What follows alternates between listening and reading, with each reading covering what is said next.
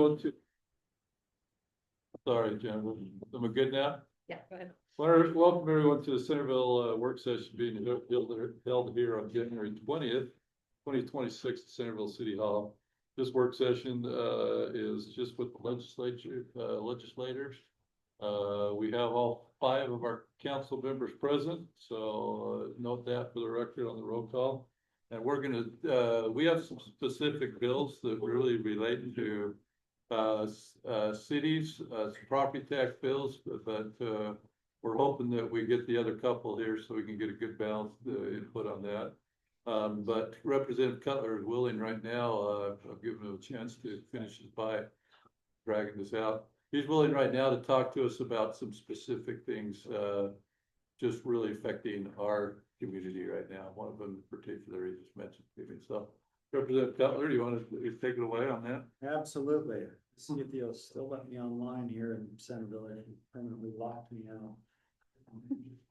So I thought we could start with last year. We ran a bill about odor mitigation for cannabis growers that had for primarily targeting our cannabis grower on the west side. My understanding is the Dale Anderson shoe warehouse has moved, and cannabis is expanding to take over that space, but the solar Doug Shipley is still in his space. Is that your understanding? So the Department of Agriculture and Foods is responsible for regulating cannabis. And they have a smart, the state chemist, his name is Brandon, starts with an F. He's a PhD chemist, really smart guy. As part of this, we bought them what they thought was the best equipment for measuring smells. And they tested it and they went around to different cannabis growing places to see if they could find like a metric that they could measure with a machine instead of with nose. And they wrote a report that was released, I think it was last month, basically said, these machines, they can't tell. They're just not good enough. And the nose is so much better than any machine that even this olfactometer is what they're called, that we don't think we can set a standard that's measurable by a machine to do this. But so they're not recommending that there's a standard that you could like inspect and measure against and hold them accountable. But my impression is, and that the behavior has changed now that they have to have a mitigation plan, and that odor, it's clear that cities can enforce their odor ordinances. That most of them have, they've gotten a few other complaints in other parts of the state, but that this has generally improved the smell and the behavior. So I wanted to confirm with you if you've had more complaints. That the people that I've talked to said it seems to have improved. They've spent some money improving things. So that's the quick report on that. I'm not getting the complaints, but I think people in that area are tired of complaining. I mean, they've let us know, they've let us know, and then we kind of said, wait a minute, we're gonna try and do this. And so I don't think we get the complaints. I've been down there a few times and it's still really strong at night. Certain times during the cycle, it's definitely a cycle when it's. So the update, so we have installed meteorological devices on public works buildings, so it measures just the wind speed data, just kind of our weather factors here in the area. So what we've done is staff has been asked to, whenever they smell cannabis odor, to notify Natalie here in our office, and we can actually back trace it to where the wind is coming from, and say maybe the smell. So for example, if you're on the freeway, you smell something, you can let Natalie know, and she could backtrack it. And maybe it was somebody burning tires a little bit further north and east. So you kind of almost trace it back as like a code enforcement complaint to where that smell potentially is coming from to resolve it. So right now we're just focusing on the cannabis. We still smell cannabis pretty strongly within 1,000 feet. It just seems to permeate there. Nate's been great. He was at Target and he smelt it, notified Natalie, and the backtrack, it goes back an hour of when that wind speed was, goes directly over the Folsom Cove building. So we have about 30 complaints just within this year of complaints. Don't know how many are substantiated with cannabis yet. Natalie would have to run us that data, but that's currently what we're doing right now. And this is really to try and help Folsom Cove understand their production, what's happening, maybe where they are in their process. They can say, well, we were doing this that day, and maybe they can take some mitigating factors. So we're hoping to provide that information to them so they can be better neighbors. So that's kind of where we're at. So we're still getting That's to play. really helpful. Yeah. And if this is, maybe we should tell other cities, hey, you should start doing this too, if you find this to be really useful. West Bountiful, they do smell it occasionally as well. So yes, we have not included, right now, we're just keeping it at department level, but for sure, we could actually release it to the entire public, where the public can notify us of smells. And we can track those, we just don't want to go beyond the cannabis right now, because that's our focus with this device. I do have a business nearby there, and I have noticed late summer some odor and some of my tenants. But it's been during working hours and we don't have much presence there evenings or evenings or late afternoon actually. But I don't know how long ago the improvements made should have made any kind of a difference, but late summer, I have not noticed it yet this winter. Anything else on Centerville, Paul? Well, Or does it cover? Two other bills, but they're not high priority. E-bikes and e-motorcycles, I've been working with the chief, and this municipal liens bill may have some implications for Centerville. We want to talk about that really quick. But if we can, if you want to do some of this first, we can do that. Okay. What time do we have you till, like? I don't The Senate is never in a hurry. We're gonna call at 7, or at the library, so we need to be over there a little bit before that set up. All right, 6:45? okay, great. For everybody that's here, this is Representative Cutler, Senator Weiler, Representative Ward. They all represent our city, as well as President Senator Adams as well. So we're thrilled to have them here. It's the first day of the session. A few of us brought our interns, so. Do you guys want to introduce your interns to us? Bo just walked into the kitchen. This McKenna was working with me. Mark McKenna here with Representative Ward. Yes. Great, thanks for being here. Okay, and you have Bo with you, awesome. We specifically want to get into some, we have the bill tracker here from League, but not everything the League does affects Centerville, obviously, but we try and be unified with our town, but there are some that are specifically really affecting Centerville. Representative, I'm promoting it or demoting it, one of the things. Councilwoman Hurst and I are the voting members, as well as Brent Hansen for LPC, and all the others are welcome to come. We specifically in our kickoff meeting last week, and one of these bills is Representative Ward's bill, are concerned about 4 or 5 bills in particular. And I asked her to put a quick outline together. So unless you want me to go further, Councilwoman, I'll turn it to you. I was gonna say, I'll just quickly tell you, I think we identified 3 or 4 areas that we're concerned about, and just love to hear your opinions or other things. The first one involves 2 bills, Senate Bill 97, property tax, and House Bill 161. While I love the idea of a 5%, cap on property tax, as a city, we're balancing between fees and property tax. And I noticed in the House's goals for this year that you talked about being very low with state debt.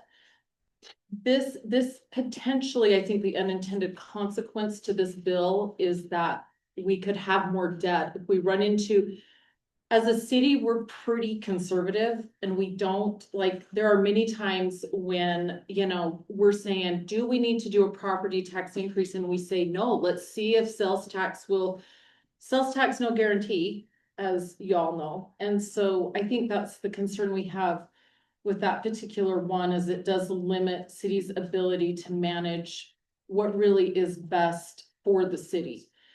And I would love to hear your opinion on that. The other one that I'm concerned. I think that's will cause cities to start property taxes every year. Right, and I think That would be. This is a 5% increase on, You won't put it's it a off. cap, so just so the and rest it's of just the- not cities, it's all taxing agencies. Right, Yeah. right, and so that one to me, I just can see the, like, a well-intentioned bill, but the unintended consequences are very problematic in my mind. So I don't know if you have anything else to say about that, but that's one of them. The other one is the property tax, changing the residential rate from 55 for primary residents, 55 to 40%.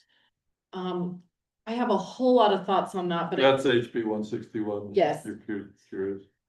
but I think where I'm the most concerned is what they're telling us at the league is that will not impact the bottom line to cities. So is that now coming from commercial properties?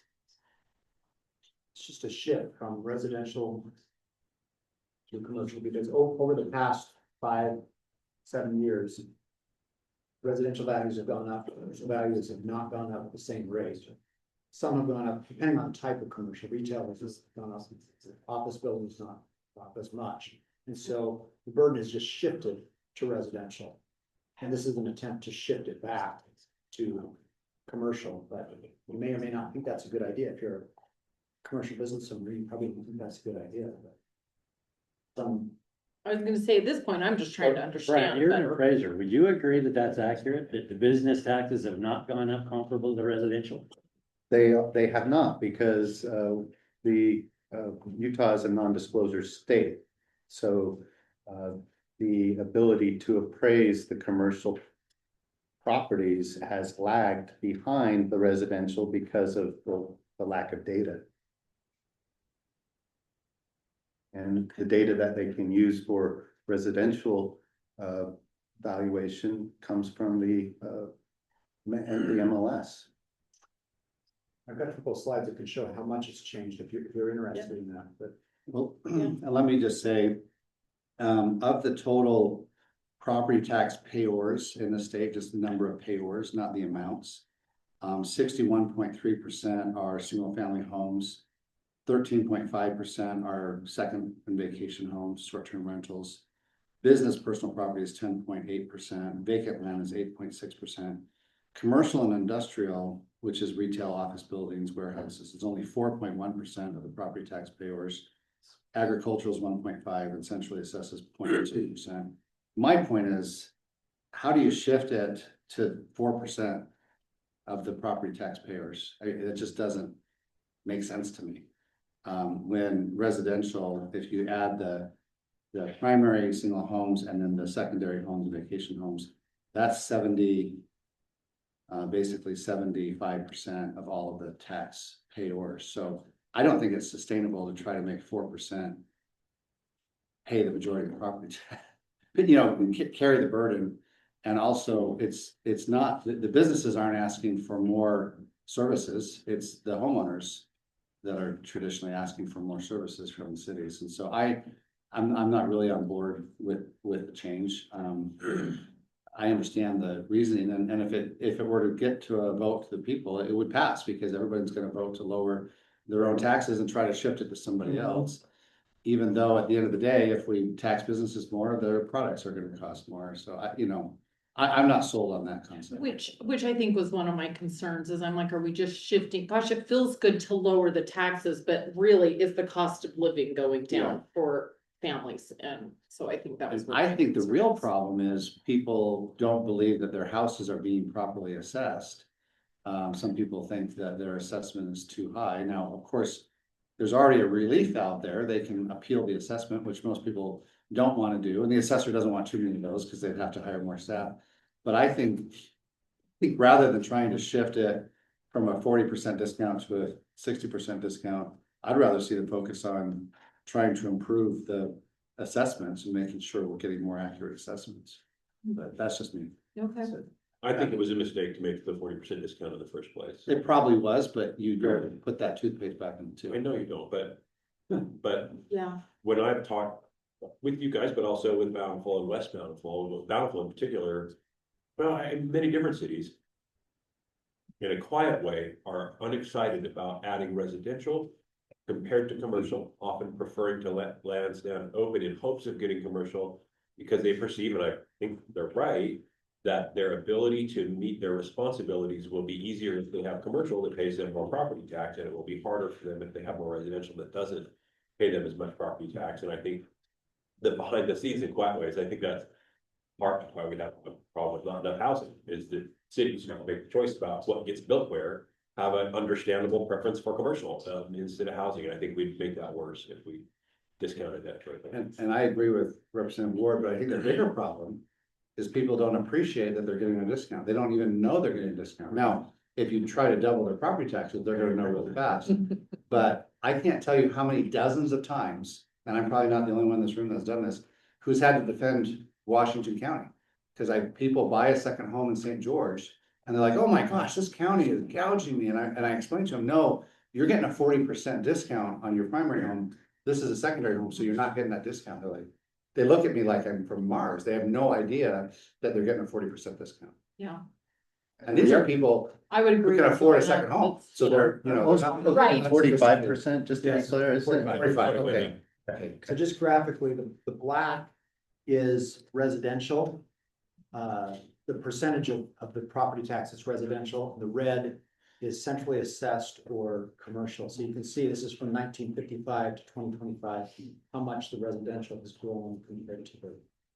And I'm assuming, Paul, that this isn't a growth thing with the residential and the commercial is more stagnant. It's probably, commercial somewhat growing at the same, do we know that? Is commercial growing at the same rate as residential? Because we have more homes here now than in 1955, I We guess. do, but I mean, the data they're giving us is that, especially since COVID, commercial properties have not increased in value like residential properties have. But it's been a long-term trend since 1950. You can see it growing over time, but it's accelerated the past few years. And I would say the same thing a different way. I would say for some time now, the cost of residential housing has gone up faster than cost of most other things. And I think a big part of why it has been so hard for owners of residential housing who have seen their rates go up is just when the assessor goes out and correctly assesses the value of the units, all homes have gone up compared. I mean, if everything goes up equal, truth in taxation balances it out. But if residential goes up compared to commercial, which is what has happened, then residential winds up paying its fair share, but was more than what it was. I think it's a supply and demand issue because the demand for residential housing very, especially during COVID for whatever reason. But it's interesting. I like to share the statistic because most people aren't aware of this. When I joined the legislature in 2012, we were adding, so every year in K through 12, you have the seniors graduate, right? And then you have a new class of kindergartners, or first graders, however you want to gauge it. But when my first several years, we were adding 10 to 13,000 more students every year. So we'd have basically 13,000 more kindergartners than the seniors year before. Now, the last 3 years, we've had less kindergartners than the seniors were adding. And the projection is for the next 20 years, we'll have less. And so as that demand filters through, as these kids grow up and they're buying houses, I think you're gonna see that demand go down. Now, the question is, do we have this people moving in from California and everything else that's taking up that need? But we've seen the birth rate, for good or bad, we've seen the birth rate in Utah just go off a cliff in the last 5 years. People are not having as many kids as their parents did and their grandparents did. And that was masked in state growth for the last 3 or 4 years because of the Biden's open borders policy. If you just look at where immigrants to Utah came from, like 4 years ago, our natural increase with births started going down. But for a couple of years, that was completely balanced out by a large increase in folks coming in from outside the country. And now that with the borders closed, that portion of the graph has gone down like this. And so it's gonna, if your 4 years, to pass, it's just gonna be a whole different discussion about whether we're growing or not, I think. One last thing I want you to know on this topic, because I think this is fascinating. If you have a man, a boy that graduates from Viewmont High School, who marries a girl that graduates from Woods Cross High School, they go to college and they take a job in California, and they live in California for 3 years, and then they want to come home to Utah. We count that as migration from California. I know. We make no differentiation. I was gonna say, I mean, I hear that all the time, well, it's all these people from California. Well, Yeah. my neighbors from California are from Utah. Yeah. So Yeah. just moved home. But I've talked to the state people that count the immigration, and they've confirmed to me, yes, we would count that as immigration from California, which Yeah. I think all of us could say, no, that they're just coming home. So, In my mind, it is that way. I'm sure we have, I mean, it's a desirable place to live. I'm sure it's Yeah. not just people Yeah. from Utah, but. On Senate Bill 97, McKay's bill, we heard from Representative Cutler. I mean, obviously, there's more complexity to the bill than just the 5%. That's obviously what we're focusing on. I have not spoken to the president about this bill, but I know from past conversations, his objective is to keep lowering the income tax. So if the more we do to mess around with property tax would make it harder to lower the income tax in the future. So my guess is, I don't want to speak for him, my guess is he's not going to support that. I'm glad you mentioned that about the lowering of the state income tax, because this is where I do not totally understand, but obviously we get state C road funds, and I'm like, if you guys start cutting into, you guys are making cuts, but some of that comes back to us, and I'm not sure we're. So the income tax all goes to education fund. Okay, so but then you're impacting the education fund. Yes and no. First of all, we have a declining population of kids for the next 20 years, but more importantly, it's kind of back to the Laffer curve. So we're competing with other states that have no income tax like Nevada, and stuff. So the problem is we believe if we keep on lowering it, we're gonna keep our businesses who are growing here rather than moving to Texas and somewhere. And we're also gonna attract more businesses to come here. So if you do the simple math, well, if you lower the tax rate, you're gonna get less revenue. But every time we've lowered it, we've gotten more revenue. And you can say, well, you would have gotten more revenue anyway. Maybe we would have, but it's impossible to prove. And so it is an incentive, for businesses to invest more here. Okay. So That it's makes the sense. Laffer curve on the state level. So, Sure. If they can find housing for their employees, they'll come. yeah. Yes, yes. Obviously, one of the other things, is housing. Representative Ward, your bill. Again. Sure, Again. So, a little heads up, 2 weeks ago, I saw him at a luncheon. I said, we're looking forward to having him come. He says, you're probably not gonna like us. Those are your words, okay? But he comes. He comes. He comes, he's awesome. And I noticed the league's opposing in a whole, but there's gotta be a reason, because some of what I looked at, I like about it. So, Tell us about it. I think a philosophy that I have heard the league express many times is partnership, not preemption. I feel like this bill is in that spirit. And I should also say that in my, just the individual experiences that I've had, not listening to the home builders or whatever else. The individual stories that I know, different anecdotes, it seems that people that I know have been treated courteously by city staff and professionally, but the process itself, I do think is part of the problem about why things are so expensive. I think the way we do zoning right now adds considerably to the cost of housing overall. In particular, I think it tends toward requiring things to be nicer and larger, and things put in the development agreement that make it more expensive. And so in this bill, I am looking for a way just to make it easier to build things that we know are less expensive, even with no subsidy, especially with no subsidy. I'm not interested, to me, a subsidy doesn't count as making the thing cheaper. You're just moving somebody's money to somebody else. So the bill just takes two things that, to me, make housing cheaper. And one is to say, if you allow a house on a smaller lot, it's gonna be cheaper than a house on a bigger lot as land becomes more expensive. And if the developer agrees upfront that this home is gonna be sold for the bottom 50th percentile, less than the area mean home price, just defined as the mean home price in the county, because that's an easily available number. And for the first 2 years, it'll be deed restricted to be owner occupied. So you cannot build 50 of them and rent them all out. Whoever buys it at first is gonna have to live there for a while. But if I'm building a home like that, where I'm building on a smaller lot, then I'd be able to come to a city where I say I want to build on an eighth of an acre lot, but this is an area where there are third of an acre lots. I come into the city and say, well, I own this third of an acre lot, I would like to subdivide it and build a small house on this part over here. I would request that of the city without having to pay $30,000 or $40,000 worth of plans and architect and other things. And just say, I would like to build on the smaller lot. And the city would then have 30 days to tell me no. But telling me no means a vote, either by the city council or the planning commission, either one, for any reason or no reason, they can vote no. If they don't want it, they can say, no, you can't have it, and then you can't have it. But if they vote yes, I can have it. And if they say, well, it's all right, whatever, we don't care, we're not gonna schedule a meeting. If they choose to not act, then after 30 days, that single project becomes a permitted use. So it doesn't change the zone if they don't take action. But then they can build on the smaller lot, or they can build a starter home. And the starter home, if they build a starter home, then they can build it on any size small lot. And the setbacks still have to meet safety requirements, but it can be smaller setbacks than the city normally might require.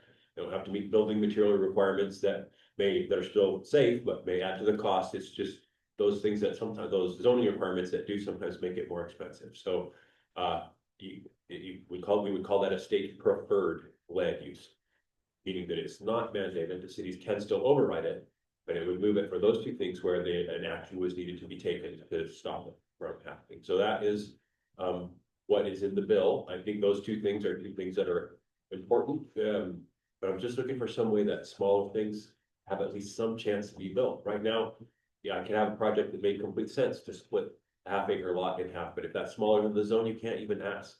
The city office cannot tell you yes, even if they think it makes sense. The planning commission cannot tell you yes if it's just not permitted. Even the city council would have to kind of change the whole zone if they were gonna tell you yes. They're not able to just say, well, yeah, just for you, we'll put the zone away and then put it back. So that's what's in the bill. I understand that's a different balance, if you will, of what's permitted and what isn't. So I guess I'm not surprised the league opposes it. I mean, I understand it's a big deal, but I'm looking for something that makes the process tip more towards allowing smaller things to be built. Questions for him on that? It's 5,400 square feet So there's two, for the yeah, lot, which- that would, you're saying it could go as small as 54. Yep. That's kind of, I mean, that's kind of sort of each per acre, you know, when you start talking about the number per acre, it gets tricky. It's just whether or not you're setting aside some for the road stuff that goes in there and things like that, but that's about. Yeah. Yep. Why is my 30? Wow, I've gone wrong. Why 30 days? That feels super fast for me, looking at the way that cities work and staff work and trying to get planning commissions or city Right. councils together. Like, that's a really fast timeline. So I think that part of our problem is that our timelines go on and on and on and on with each piece taking months. I'm not meaning that I'm not even planning that there would be an exhaustive evaluation of it. I'm trying to make it as easy to say no. If you want to say no, to say no, and deliberately not saying that anybody needs to do an exhaustive process to prepare for it. I picked 30 because usually people meet on a 2-week interval, so that would give 2 chances at the city and 2 chances at the planning commission. To have a meeting scheduled and put it on for 5 minutes and vote it down. And if it gets to some point where the league says, well, we would be neutral if, then I'm open to discuss. I'm not trying to make it unreasonable, but so far, what I have heard from the league is, well, we oppose it, so you should change it, and also if you change it, we still oppose it. And then that doesn't make sense to me. So we're not there with the league at all now, but if the league did come at some point to where they said, well, with these changes, we could live with that idea, I'm all ears. And I'm not speaking for the league. I'm just I know, like, I'm- I had not recognized that at all. I'm just coming at you from my perspective of having been both on planning commission and city council and thinking, wow, 30 days is really fast. Like, I would love So, like 60. so, Like, that is a super, because you say 5 minutes, but it's gonna take staff time to investigate, write it up, get the information in front of us, and so there's like a lot that goes into that. my And some of these smaller towns don't have staff. Right. Right. Right. intention is that you can vote no without an extensive preparation if you want. That's really okay with me. I'm not trying to require extensive preparation. Then I just worry that certain, like, cities could just, so I'm a little concerned about it from a planning perspective as well, that there are maybe certain areas where that doesn't make sense in a city. Similar to the bill you had last year about, some of the commercial properties. Just from a planning perspective, I honestly am so supportive of smaller lots and ways to figure this out, because frankly, it's affecting all of my children and all of my neighbors' children. So like, I love what you're doing. But same with Shaylin, I'm worried about that time frame, and I'm worried about the planning part, and I'm worried that what will happen is they'll just go, we're just gonna say no. So on I don't know what the component is to make it work, but I loved that you had a tool. Because right now, like my son just built a home in Harriman on a 6,500 square foot lot. That's what he can afford. He can't afford it either, but that's what he was able to get. And I think they're gonna be okay. But I was like, we don't even have that tool in Centerville right now to go that small. So I imagine that there would be some cities that initially just said, well, we're gonna meet and we're gonna vote no on all. And I'm writing the bill on purpose to not forbid that. My hope is that not all cities would do that. And that after a while, in the cities that allowed some of them, that people would look around and say, oh, that worked out fine. Are you sure you want to vote no on every single time? And if that were to happen, that it started happening some places and everything went good, that others would change their mind and say, well, okay, well, I mean, we really are gonna look at the ones that would be a problem and vote no on those, but if they're not a problem, let them go through. But that, Yeah, what's something I said to Representative Ward 2 weeks ago is just because I'd seen it in action, I'm like Councilman Hurst, I'm not necessarily against smaller homes with smaller lots. I was in St. George, I had a client that bought a couple of trailers in a really rundown area of St. George. He went in with another person he knew, and they put small homes on it. He's a small home builder down there. And then they invited the city council out. Hey, how do you like this? Doesn't it clean up the neighborhood? City council wasn't amused at all. I mean, I'm sure they didn't like that, hey, just going over their heads on it, you know? But being a business guy, you know, sometimes you ask for forgiveness later, but the city told them to take it down. But it really cleaned up the area, you know, and so, and like Councilman Hurst says, it allows maybe our younger generation to get into a single family home rather than in more of a density home. You do have So, something. yeah, I'm okay with the smaller lots and trying to get. I think you're pushing it when you're trying to cut them in half. I mean, a quarter acre is about the smallest. To go to an eighth of an acre, I'd like to see something a little bit in between there. My other concern is it gonna matter who you are or who your name is, where we can pick and choose?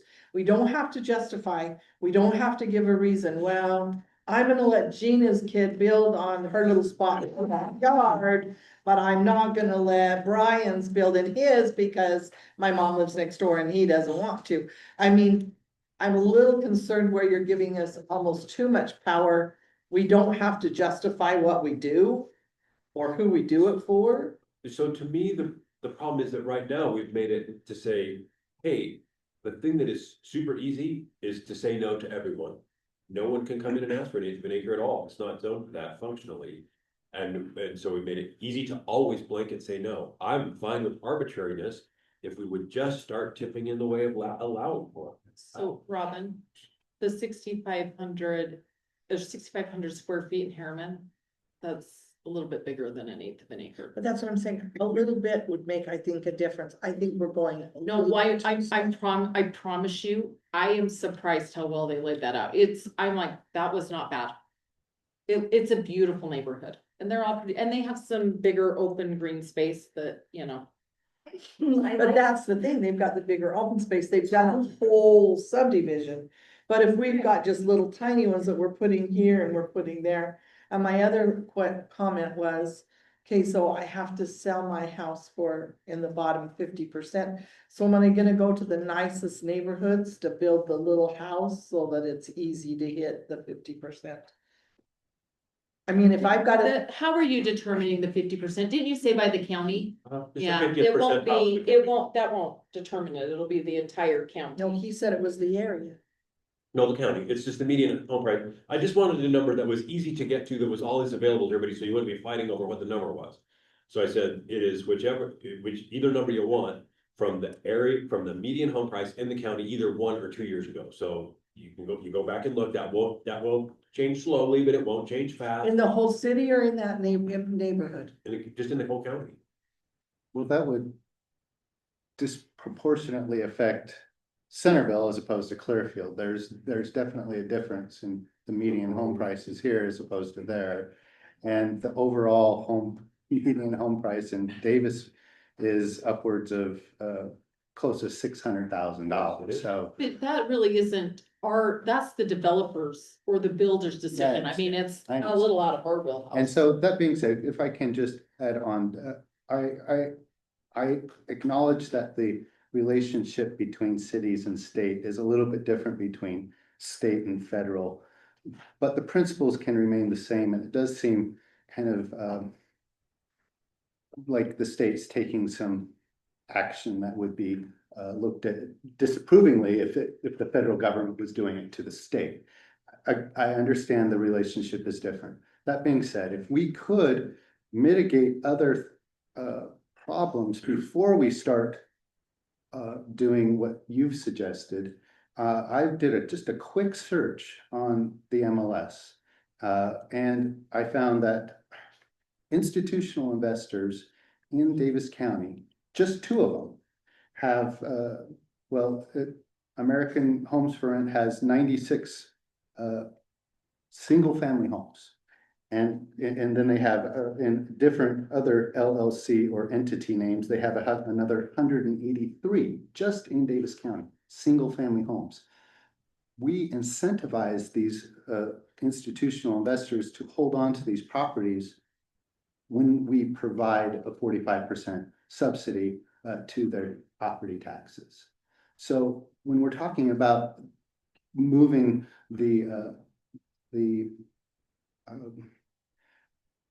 that 45% to 35% or whatever we're talking about of to 55, excuse me.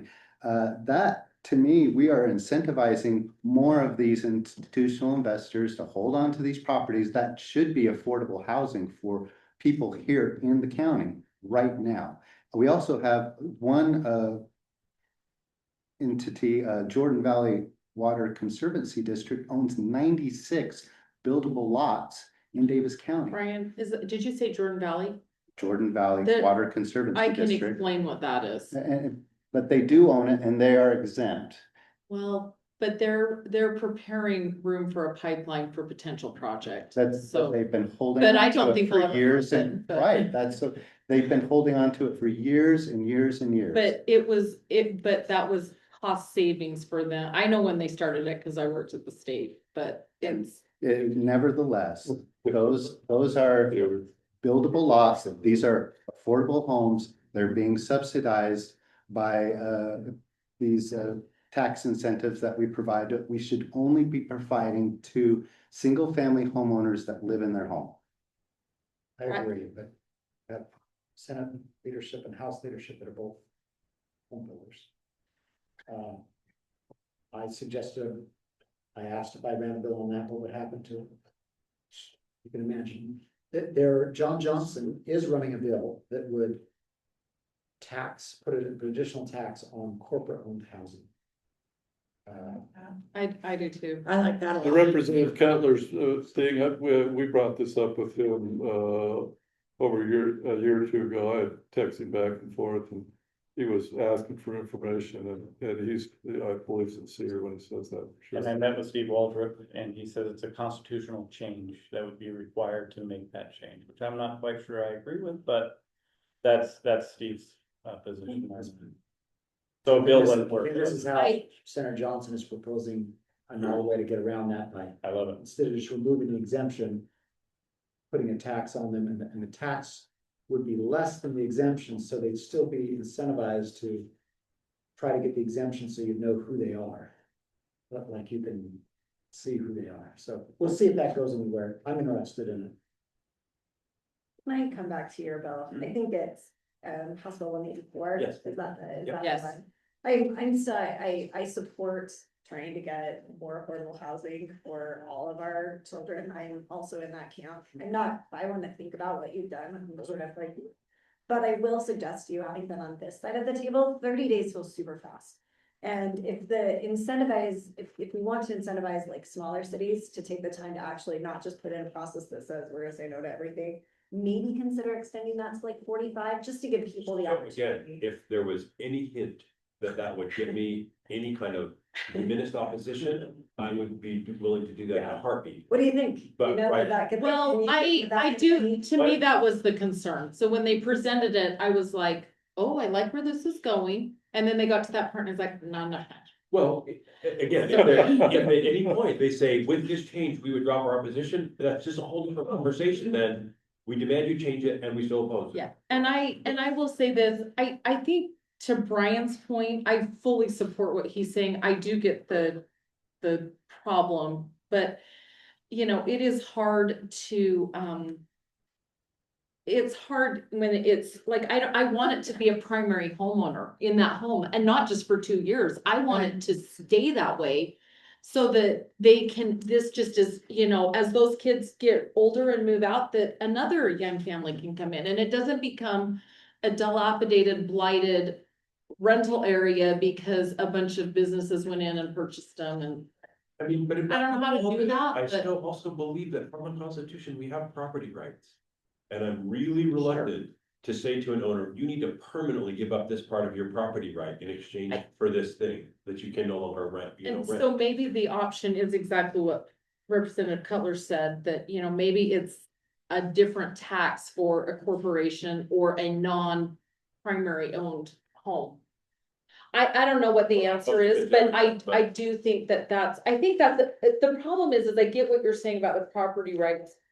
We want to make sure that our cities stay vibrant and beautiful and functioning and. In other places around the country and around the world, where they just address this very differently, where it is a much broader, what you can just build without having to go through these processes and sign development agreements and plan every little piece out. The cities are still vibrant. They're more vibrant because housing costs less. The mayors and city councils are still respected and still make a bunch of important decisions about their communities.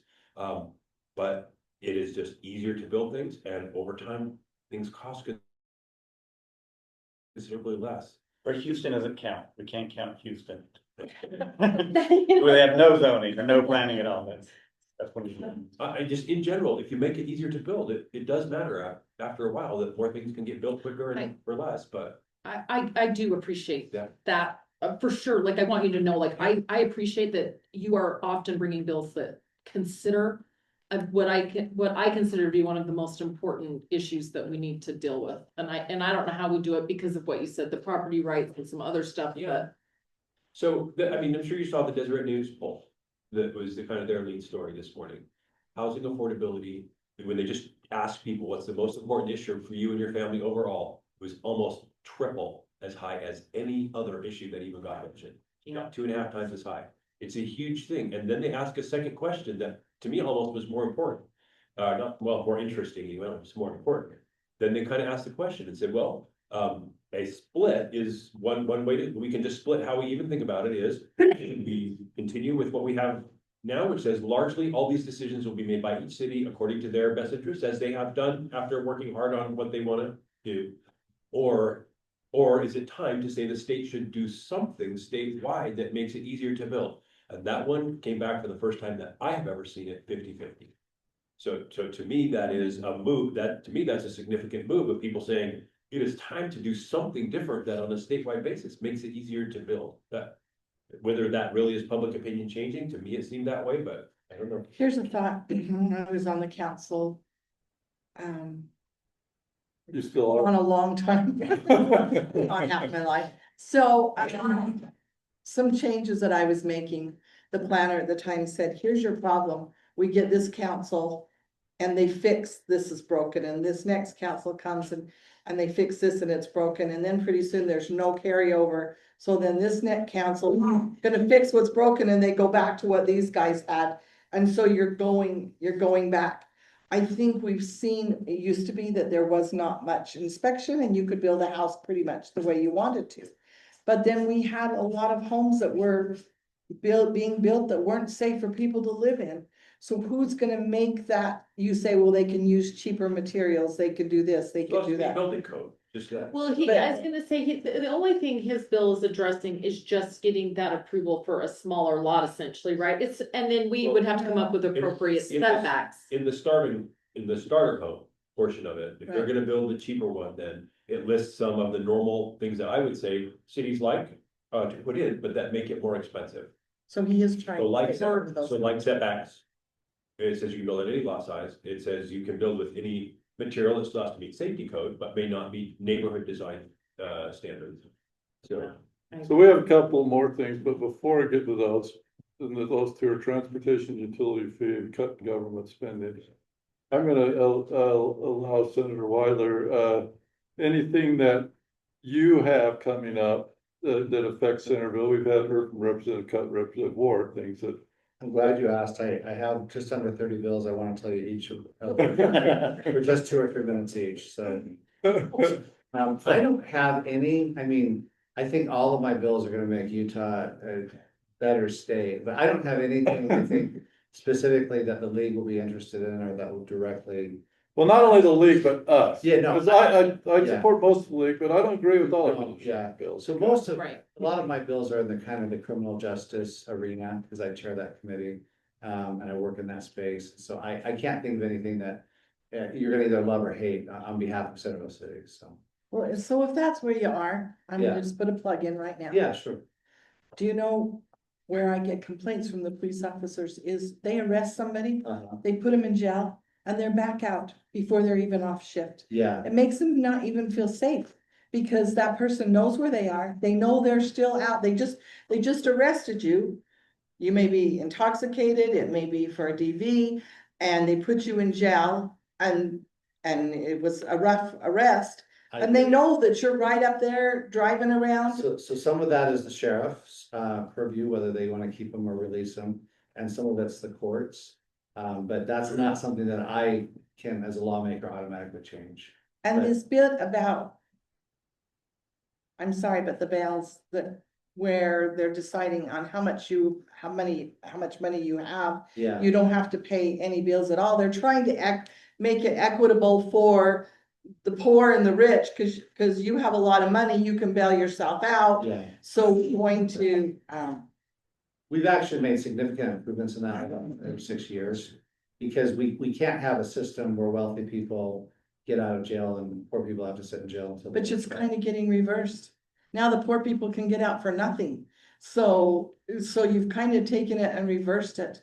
So I think what we've tried to do is we've looked at, is this person a risk of flight?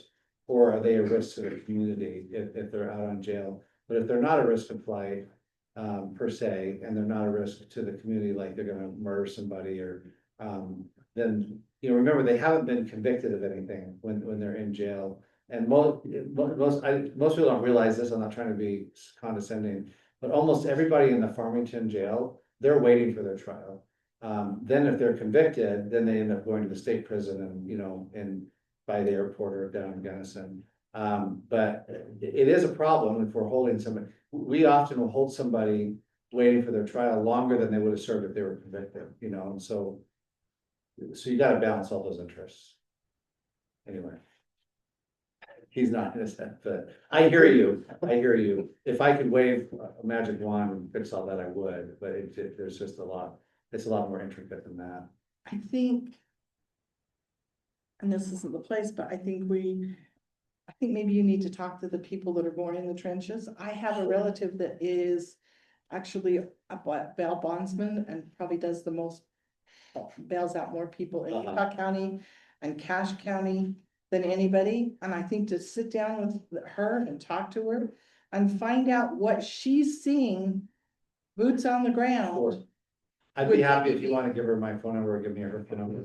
I will talk to, I've talked to dozens of bail bondsmen over the years, and they have very aggressive lobbyists at the Capitol. And I'm constantly telling people, I didn't run for office to make more money for the bail bondsmen. You know, people have constitutional rights and bail is actually in our constitution. But there's always this balancing of interest, but Well, I agree with bail that. bonds It's just want everyone to sometimes the scary, pay a bail. well, they do, Yeah, but sometimes the stories are pretty scary about yeah. who's getting out so fast.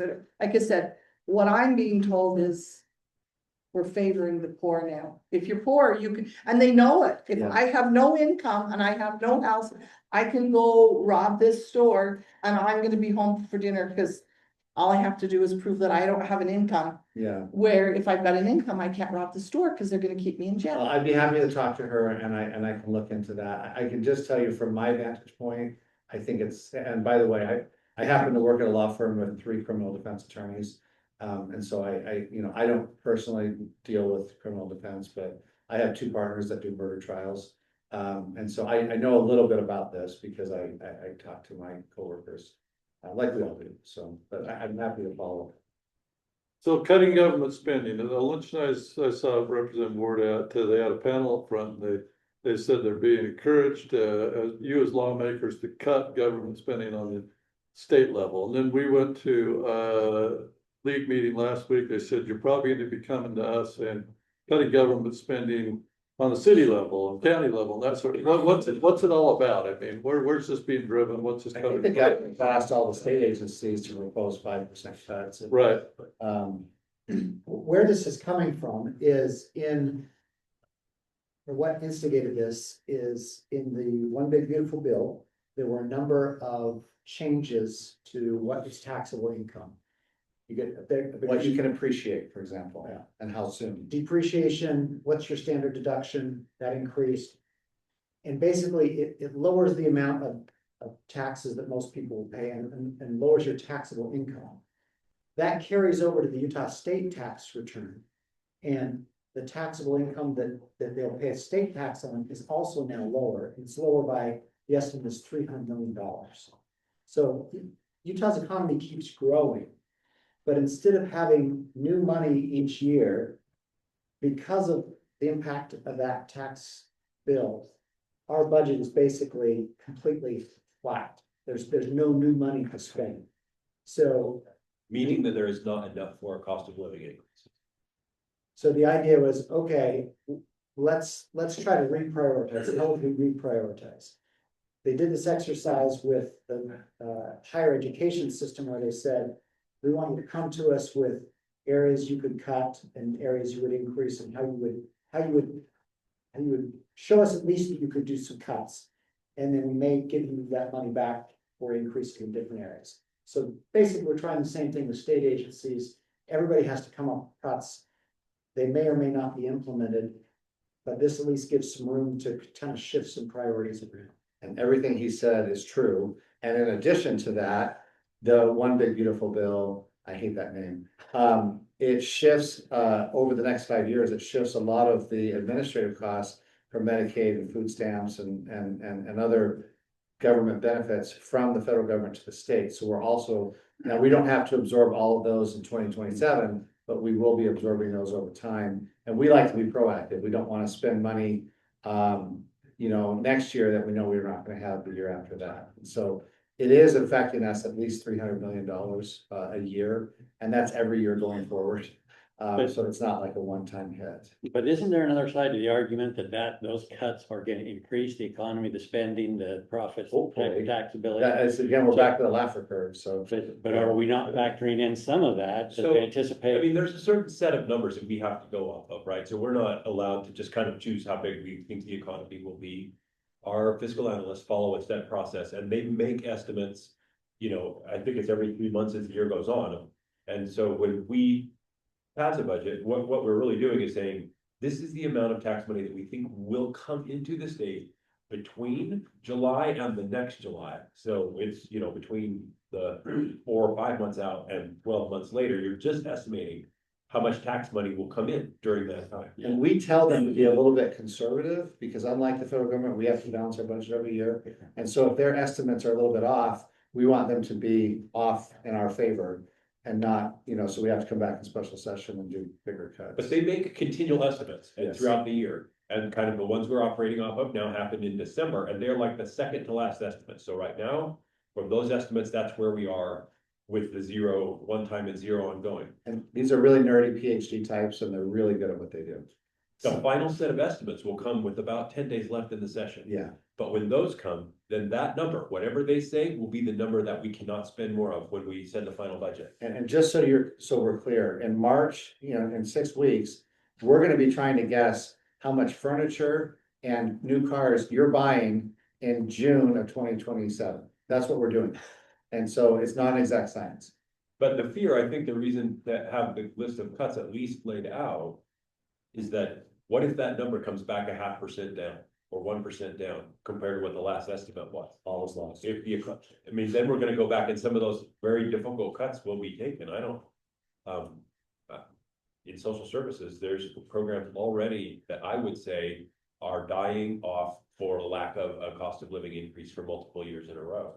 And, you know, we've got people in assisted living centers on the new choices waiver that provider after provider is saying, well, look, we're out. You're paying so much less than everywhere else where we can't even break even. So we're not in that program. And that's the program that keeps an elderly person in the assisted living instead of a nursing home. And they're going to be out on their ear. I don't even know what's going to happen with it. So, I mean, they brought us, our staff has brought us a list of $230 million worth of cuts, of which EAC has told us we must turn in $85 million worth of cuts to them one way or the other. Not to say that we suggest them, but just kind of the priority rank. And I don't. And if you don't know, Representative Ward chairs the biggest sub-appropriation committee in the legislature. His committee, Social Services, which I have served on now for 14 years.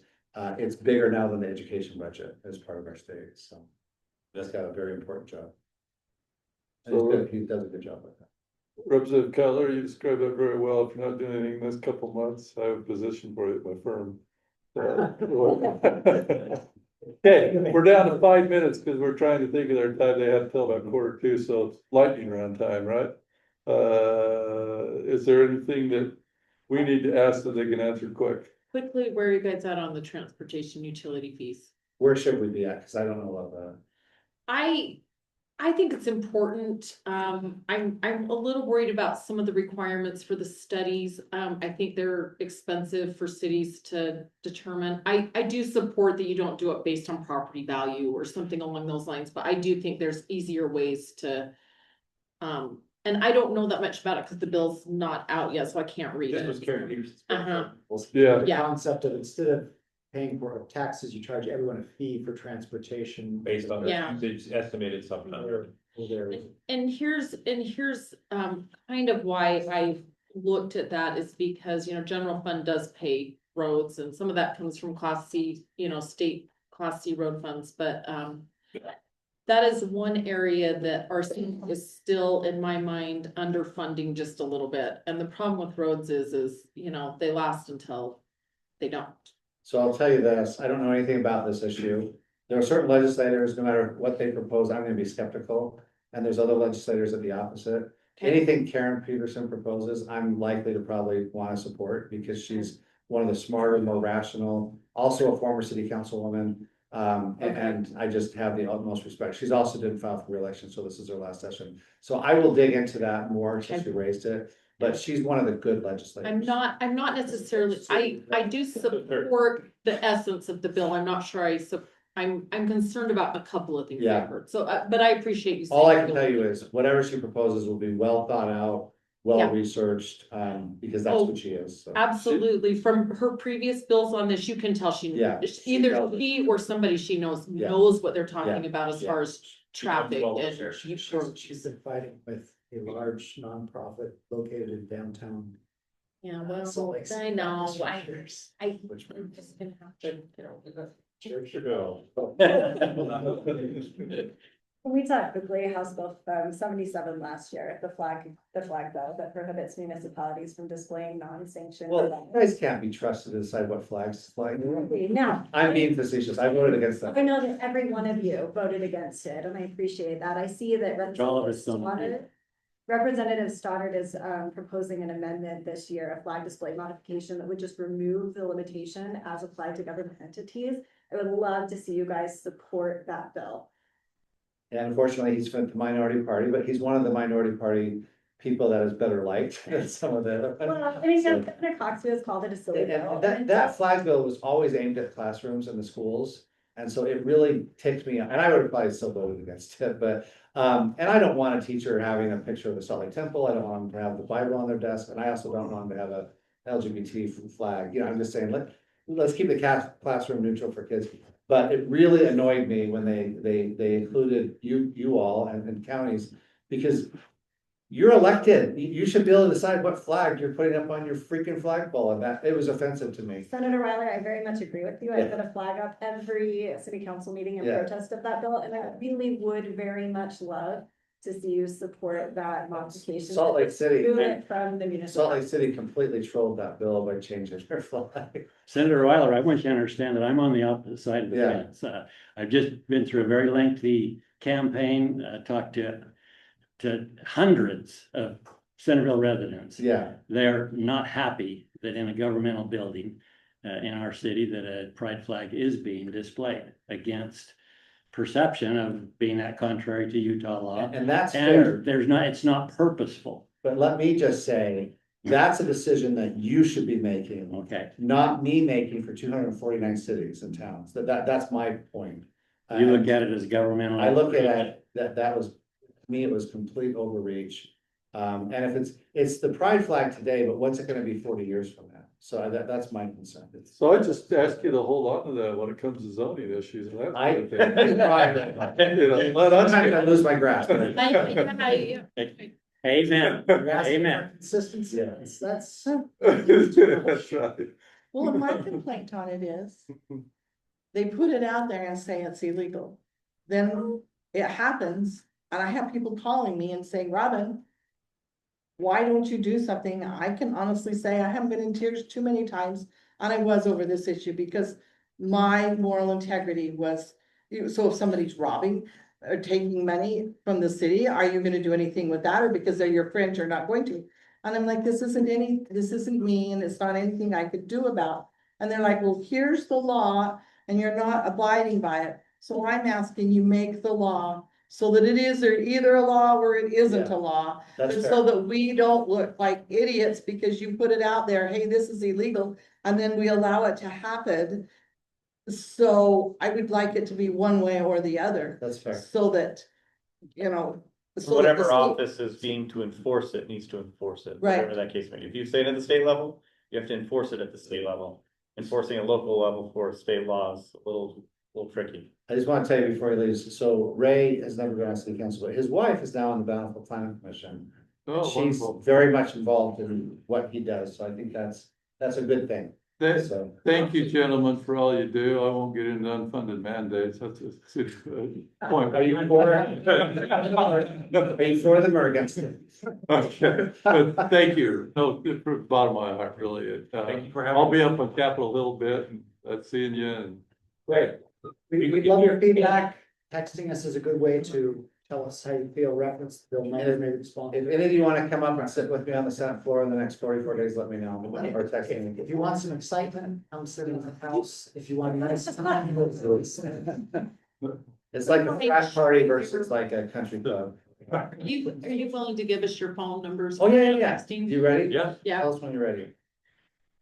My cell phone is 801-599-9823. You can Google any of us and get our numbers, but that's my only cell phone number. That's not like my real one says that's my cell phone. And I'm at 801-440-8765, and that also is just on the legislative website, so Say that one more Okay. time. 801-440-8765. And if you text Paul, he'll never text you back. 440? 440-8765. If you don't have one, 801-390-3444. Your interns are over here saying, don't give them your phone number. Give them mine. They want us to not give you their phone number. Not before we left it on the website. Thank you. Lots of fun. Thanks for hosting us. You like- Thank you. Yeah, you do. Senator. Brian, pick three. Pick one. I have to do that.